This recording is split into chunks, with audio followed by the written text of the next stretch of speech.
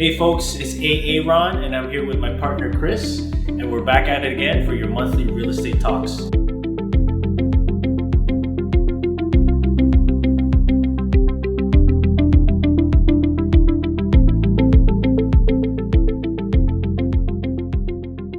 This month's topic is home inspections. In our time in the business, Aaron and I have been involved in hundreds of real estate deals, and a home inspection has become an integral part of the buying process and sometimes the listing process. We included this condition in most of our offers in today's market to protect all our clients' interests. It allows you to know the condition of the home, what you're getting into, what to focus on in the future, and whether or not you should even go forward with your purchase in the first place. That's right, Chris. For most of you, including ourselves, purchasing a home is one of the biggest investments that you'll make. So it's a good idea to get a home inspector to come in, because it could possibly save you thousands, if not tens of thousands of dollars in the future. So without further ado, we're super excited to introduce one of our valued members of our network. His name is Nigro, and he's from Lighthouse Home Inspections. So Mario's been in the business for well over 11 years and has inspected over 3,500 homes in that time. Welcome, Mario. So let's get right into it, Mario. What can our clients expect in a home inspection? What can we inspect? What can't we inspect? That's a great question. Home inspection typically takes about 2.5 to 3 hours. So there's about 1,500 items that we inspect during a home inspection.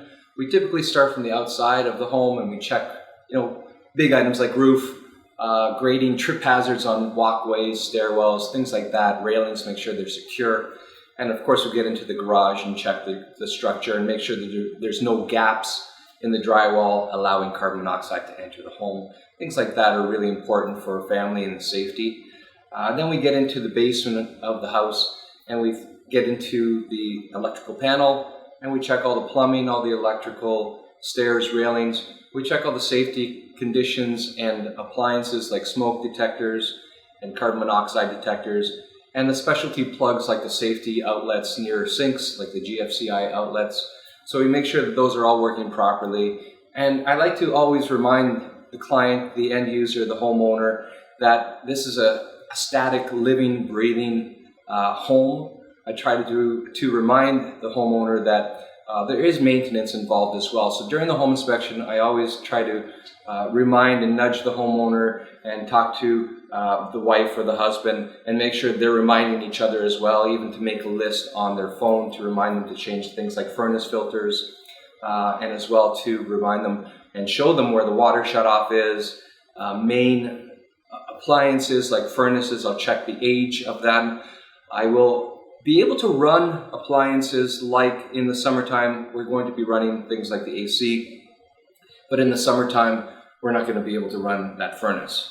And the winter, conversely to that, we're going to be running the furnace and not the AC. So there are some restrictions to be able to run some appliances. Also, there are restrictions in terms of limitations to what we could see. This is a visual inspection. Although we do have an arsenal of tools, I do have infrared camera and moisture meters to check behind wall surfaces.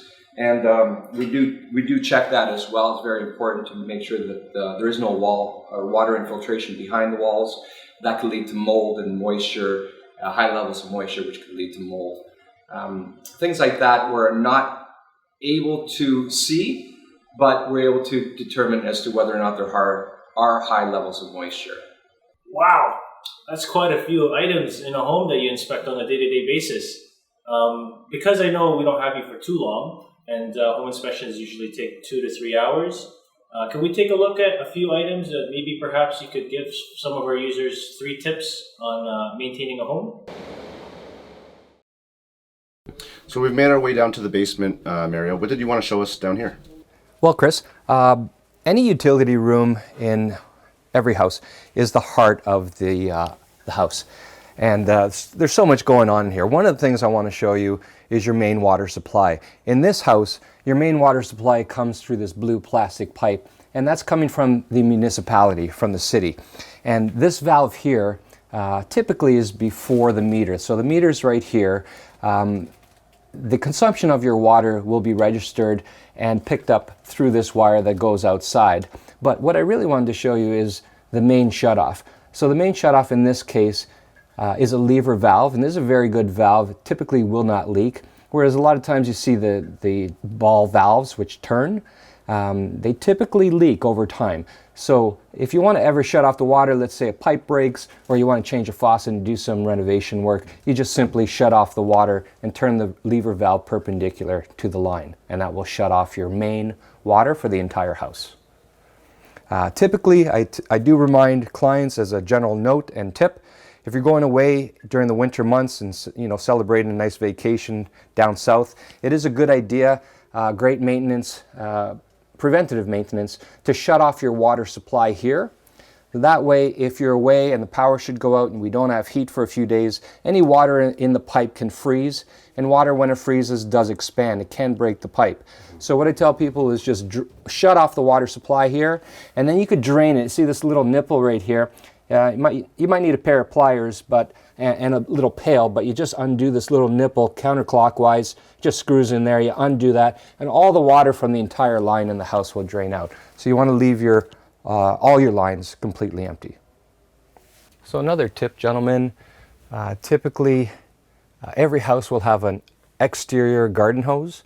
In this particular home we have two, one in the backyard and one in the garage. And that's very typical for newer homes, and it's a very important maintenance item, and I typically remind homeowners before wintertime, before the first freeze, we want to shut off the water supply outside and drain the line. Again, we don't want water in the line outside because when it freezes it expands and can break. So here's one of the valves and that shuts off the water supply to the exterior.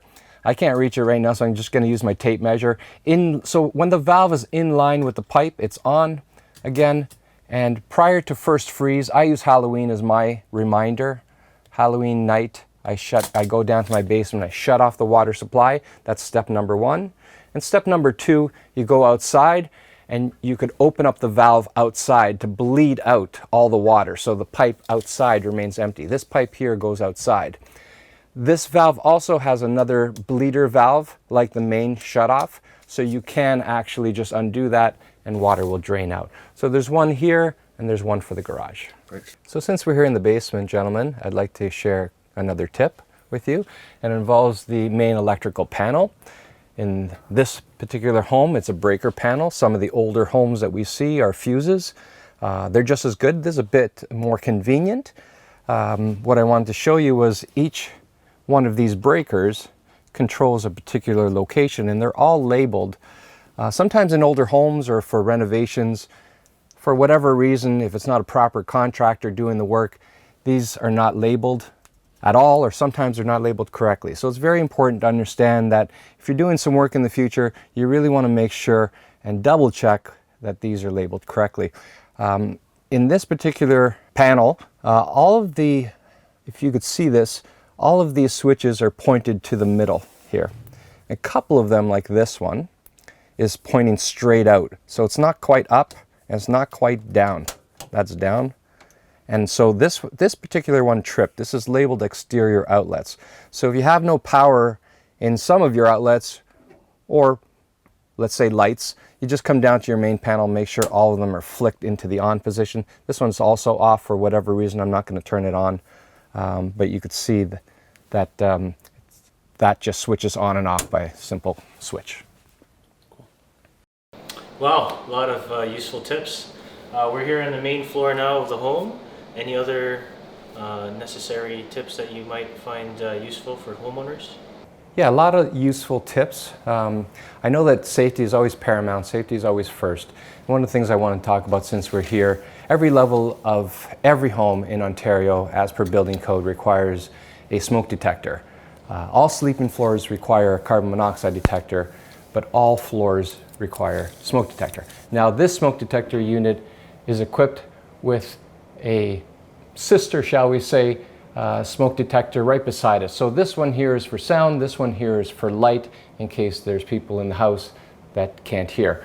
And you should be testing your smoke detectors. There is a button typically that says test, and you just hold on to it for about 3 seconds. When you press it, it will detect just like that. If you do hold on to it for a couple of seconds, smoke detectors will malfunction, so you do want to test them. So here we got the sound going, here we got the strobe going, and that tells you that you should leave the house immediately. You should change or replace your smoke detectors every 10 years as per the manufacturer's request as well. Okay.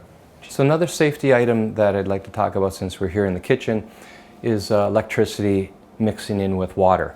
Every time we have an outlet close to a sink, in this case it's within about a foot and a half, the building code requires a safety precaution that shuts off the power. What I'm going to be doing right now is with my tester, once I plug in my tester, is just hit this button on my tester here that shuts off the power. So I'm testing the function of the safety to shut off the electricity in case we should happen to have a blender, toaster, or any small appliance that should fall into the sink filled with water. So it's a safety precaution that builders are required to put in as per building code. Any outlet within 1.5 meters, in fact, have to have this safety. To get the power back, there's a small little button here on the outlet that you just press back in and you get your power. You'll notice if we pan over to this outlet, it's within the 1.5 meter range of the sink, but it does not have the same feature as this outlet with regards to the safety, with the test and fault button. So I'm going to test this just to make sure that it's on the same circuit as this outlet, and in fact it is. So it shuts off here, and it also shuts off at this outlet. I'll check it with my outlet tester just to be 100% sure, and it does. So it shuts off here, and when we reset it here, we have the power back here, and we have the power back here. Thank you very much for coming by today, Mario. We really do appreciate it. I know you're a busy guy. A lot of really good points that you touched up on today, and if our viewers want to contact you, can you please share what your contact information is? Well, I just want to say thanks for having me. I really appreciate the opportunity. Invite anybody to give me a call at their convenience. If you're looking to book a home inspection, you could reach me at lighthouseinspections.com. I have a webpage under there, so look for my name under lighthouseinspections.com, or you can reach me on my cell phone anytime. I pick up 99% of the time. Unless I'm sleeping, I pick up the phone. It's 416-951-1589. My email is also mario@lighthouseinspections.com. Awesome. Thank you very much. Good to see you again, Aaron. My pleasure.